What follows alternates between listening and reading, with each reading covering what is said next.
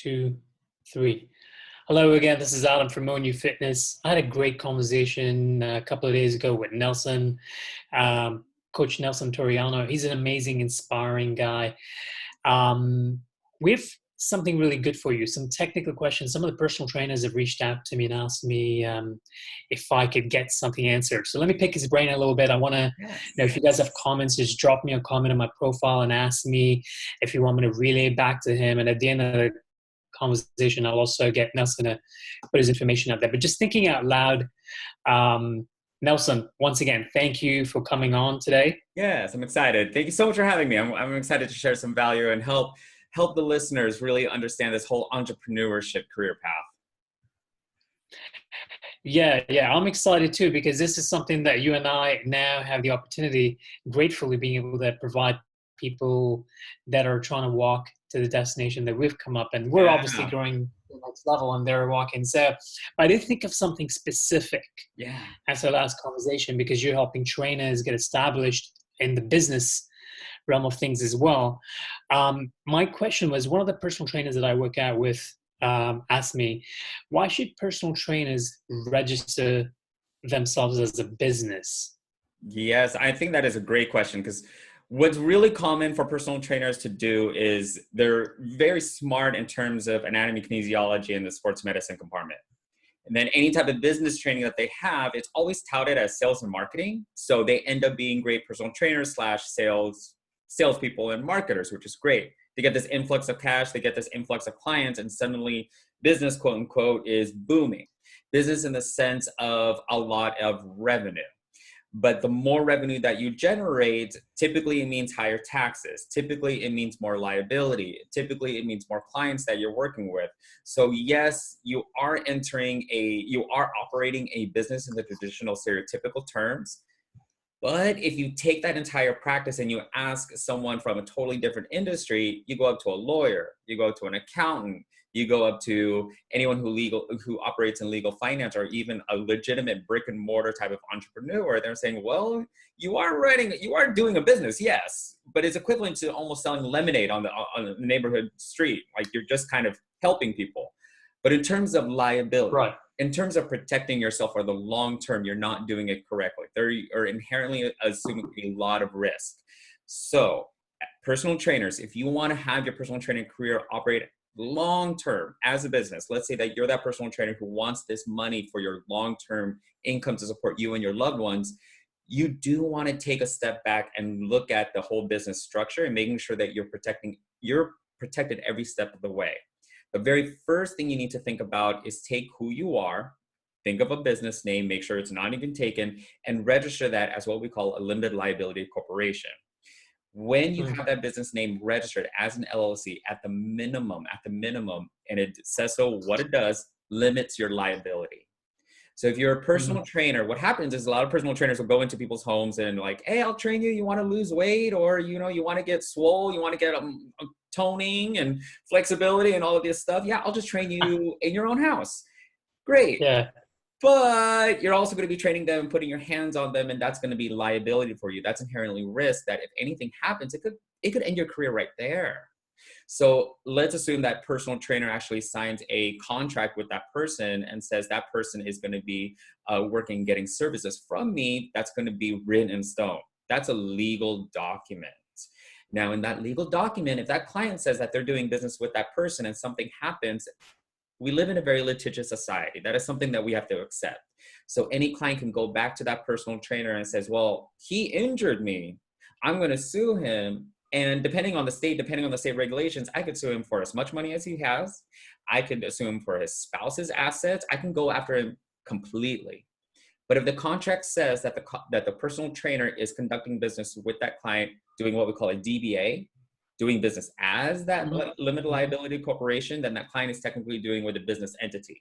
And if anything happens, then they can only go after that business's assets. So it's a layer of protection for that person, that personal trainer. Highly, highly recommend it. Okay, so that's interesting, because I'm an LLC as well, Own Your Fitness, my organization, as well as I mainly did it because one of my other mentors at the point when I had scouted out an attorney or whatnot, and I had done some research. I mean, right now the younger trainers are lucky; they have sources like LinkedIn and people like you who Yeah. are willing to advise. Fair enough. I had to go through several different people. I even Oh had yeah. a client that was an accountant and said, LLC is good at the level you're at now. Don't go corp. And unfortunately, Yeah. my researches and stuff. But so what's the step that they can take to register a business? Like, how does that work? Yes.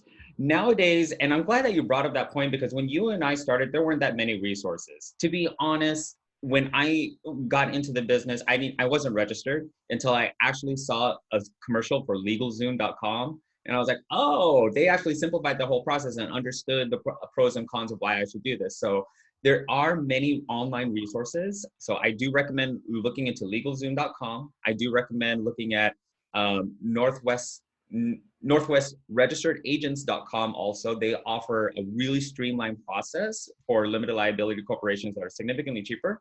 But the difference between those two websites is how much legal advisement you want throughout the year. I do highly recommend for personal trainers to break out of the industry, go onto LinkedIn and find small business associations and as well as legal counsel based on their profiles and start networking. I can't stress enough that if personal trainers want to make it as an entrepreneur, the power of networking, especially with people outside of your industry, because if you go talk to a direct lawyer, they're going to be pretty upfront and tell you, here's your risk. And many of them will actually hold your hand and walk you through the entire registration process. But for the most part, to register with the federal government, you can pretty much do that online. Now, you also have to think about that's going to be the federal government. You're also going to have to think about your particular state. You're going to have to think about your particular jurisdiction. So in the state of California, I had to go to the Secretary of State, fill out my registration form also.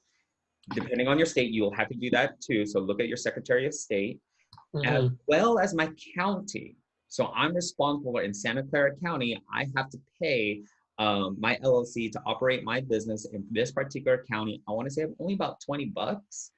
But if you don't do that, the fine is about like $300. So double check in your local jurisdiction. You may have to go to the city county as well. In the state of California, when you register your LLC, the franchise board tax is $800 per given year. But states like Wyoming, Delaware, Rhode Island, Arizona, you don't have those. So again, double check your Secretary of State. You have to think of the government. All different levels of government will want to know if you are operating a business legitimately. This is a lot of information. I need to it's a lot. Loosen up a little bit.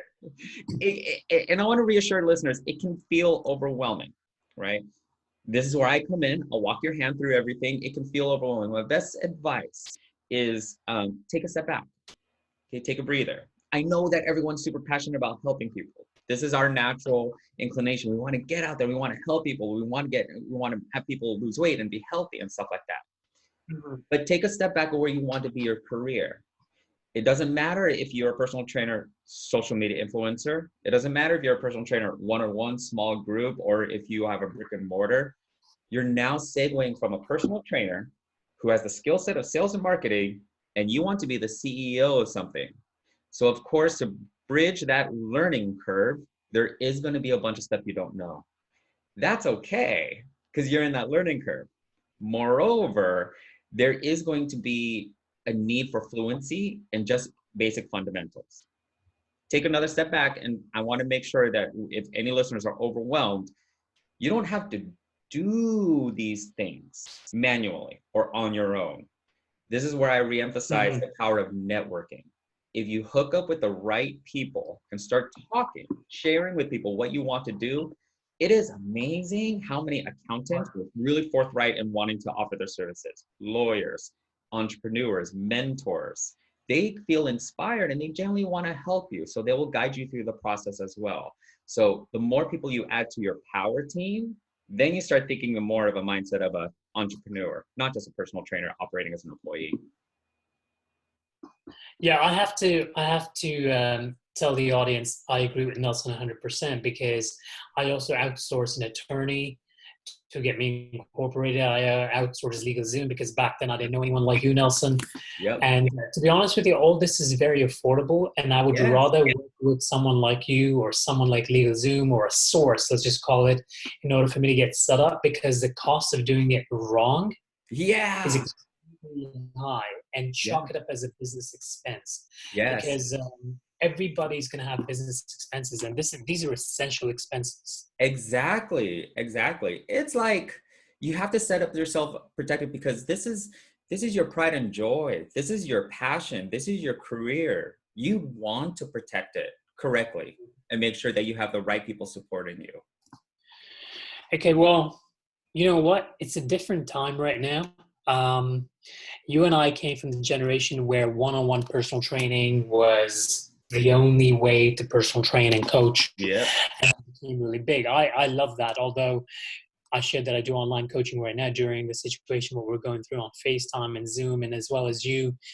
But let's talk about online careers. The younger trainers are asking me, how Hmm. can online coaches um, use social media and social media influencers protect themselves? Because I would I would definitely say now, if someone's got a big following and someone's on social media, you get fact checked. So, for Yep. instance, one can get a trainer can get fact checked and say, "Is it true? Are you sure that's a fact and science based on science?" And the other thing is, if you're giving advice, and the internet can be a monstrous place. So Yes. what are the options for online trainers and coaches that are influencers or wanting to be influencers or Yeah. scaled? Where would you go from there? All right. So, listeners, if you are akin to these social media influencer career path, this is going to be something really important for you because your image and your brand is everything. The entry point to this business career path is so low that almost anyone can do it, but very few people are actually protecting their brand correctly. So, there's this term like develop your own brand. Basically, it's synonymous with being popular. Then there's going to be the brand in terms of an actual asset. And this is where entrepreneurs want to take this path. You got to understand your trademarks. You got to understand your copyrights. And if you have a particular invention, then you have to start thinking of patents. That's have to think about your Hmm. intellectual property. So let's talk about the brands. You know, if you're an online coach, you are legitimately still a business. You are selling a product, you're selling advice, right? So you still have to go through the LLC process. And if you're hiring employees, then you might have to register as a C Corp. It's just your line of business is online. The way that you deliver services is online, but the actual infrastructure is the same. Now, your face, your image, so many people can take that and use it for defamation against you. So you do Hmm. want to do something and looking to trademarking your logo, trademarking your name, those processes, those application processes with the federal government. Go to the US Patent and Trademark Office, each application. I can't remember how much even I paid for it. I want to say it's about 150 to 200 just for the name for a specific class. So you could be a Hmm. fitness offering fitness classes online. You can be offering fitness classes in person. That's a different class. You could be offering educational resources that are not technically fitness. Like if you are in education, just a lecture, that's a different class and that's a different application process. So Hmm. once you actually get that trademark, then you're legally protected that if anyone ever to take that trademark and try to defame you, you can actually go back and countersue them as well. This applies for any social media influencers. If you have any creative work, so if you have your image, make sure it's copyrighted. If you put out a book, make sure that's copyrighted. Every Hmm. YouTube video will give you the option to copyright that to prevent people from anybody using what you said or your image, especially for commercial purposes, in an unlawful manner. That is a level to protect your particular brand legally. When we're talking about patents, there's going to be so many inventions in our fitness industry. I think one of the most recent ones is literally in my opinion, it's a glamorized PVC pipe. It's a stick and it's positioned as like shoulder mobility and posture alignment. It's a stick, but they actually went through the whole patent office and went through, I want to say the application process probably took anywhere between 2 to 3 years. They went through the interview process, and now you can tell when a fitness product is patent protected because they're very forthright when telling you. But if you're a Mm. fitness trainer and you actually just invented a piece of something and then started selling it, that something isn't protected, like a piece of equipment. It's very hard to find a patent pending for any type of dumbbells or kettlebells. Mhm. You know what I mean? It's very hard to find that because it's very hard to prove that piece of technology is really unique in the entire market space. So let me go back to the social media influencer. It depends Mhm. on what you're selling and it depends on who you are. And you can see a lot of social media influencers. I'll pick on, let's say, Cassie Ho from Blogilates. She did it correctly. She makes sure that every single image that is out there is copyrighted. She makes sure her books are copyrighted. She's trademarked the name Blogilates. So you can't use her image or her name or her logo without actual permission. Social media influencers, you want to follow suit. Mm. Um, yeah, that brings us to an interesting question. I'll tell you why. Because now with the internet, every or anyone or everyone can get on a post in social media, on Instagram and on Facebook, Yep. and say this is how you squat and this is Yep. how you use a kettlebell and whatnot. And the thing, Yep. they might not have any training, they might not be certified, they might not have gone through like a box gym training like the way I did it. Then I decided to do my own seminars and whatnot. They're actually not students Yep. of kinesiology and science and personal training. And that opens up a door if someone does decide to come after them. And I think Yeah. that's where LLC, the first question I asked you was about the protection and whatnot and getting incorporated. I think that, and here's the thing, like how can you help personal trainers with their business? Like exactly. Yes. So depending on your career path, we're going to talk about first, where do you want to go? What do you want to sell? And depending on the context of the actual product or service, there is going to be some type of legal compliance you have to consider. Is any of it required? No, none of it's required. But Mm. it does depend on how far you want to take your career. Because the further you go, and again, let me reemphasize, if you want to be a personal trainer, if you want to use fitness as your primary source of income, it sounds like you want to do this for the long term. If you want to use this to support the lifestyle that you want for you and your loved ones, then in that case, you do want to have protection and, let's say in other words, insurance that your career path is going to be safe and sound. Then in that regard, yes, these things are going to be required. For example, if you're going to be thinking about becoming the social media influencers and you want to make it big, there's going to be a difference between making it big and influential legally and then having a lot of followers, because one is not going to be the same. For example, if you're social media influencers and you're going to be giving out education, you want to make sure that not only your image is going to be copyrighted and protected and your logo is trademarked, but you also want to make sure there's disclaimers in the video saying this is purely for educational purposes. Any usage and have those disclaimers written on the video as well as in the comments as well. If you're going to be taking your career in terms of education, make sure that every single article, every single piece of literary work that you have is going to be copyrighted as well. Because anyone can take that and say, well, this person told me to do it and something happened. Let me create a lawsuit and I'm going to send it over to them because they're rich, because they're successful. I'm going to go after them. Listeners, we live in a very litigious society, and that is just something I want to make sure that you understand, because I and you and we all want you to be successful for the long term. We want you to do this safely and intelligently. Wow. Awesome. I wish we had this information readily available when you and I were entering the business. I got to tell Yeah. you, man, I had to go through many different people, Oh yeah. very like trials and tribulations, Yeah. and thankfully I'm able to pass it forward and connect with other coaches like you and spend it forward, and then let the younger generation come out and become better and learn from mistakes. But you have a wealth of information about Thank this stuff, you. and Yeah. that's fantastic. Listen, guys, I want to tell you something. If you're a personal trainer who wants to get organized in his or her business and do it seriously and professionally, you got to reach out to Nelson, because he can give you a few Mhm. pointers, he can give you a few tips. He can sort of like draw this template and like get A, B, C and done.